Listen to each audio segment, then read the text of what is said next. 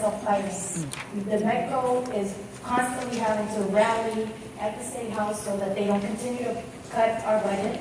I'm also a charter parent, and so we're also now fighting about lifting the cap on charter schools. And I really honestly, as a parent, don't know what are the pros and cons of these programs, why do they work, why do they don't work. All I know is that I need an immediate solution, and as a parent, I cannot fail my children right now until they, develop policies that are inclusive to my children.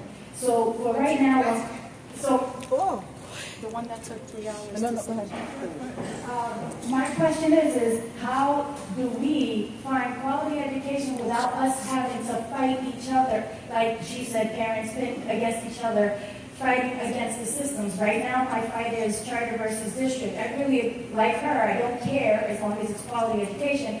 How do we solve these issues that we're dealing with if we're constantly fighting each other? Who should we be fighting?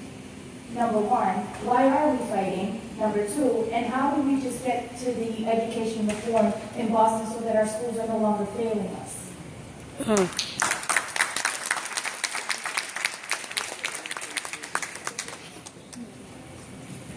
Hi, so thank you so much for getting up. Thank you for the earlier comment and the event. So I think in many ways you're doing it, right? So you as parents are involved in your children's schools, you're forming events to collaborate with other parents, you're coming out to events and you're having your voice heard.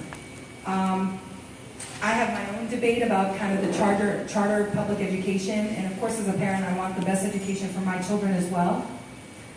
I do think that until we come together on that issue, then we're pulling resources away from each other.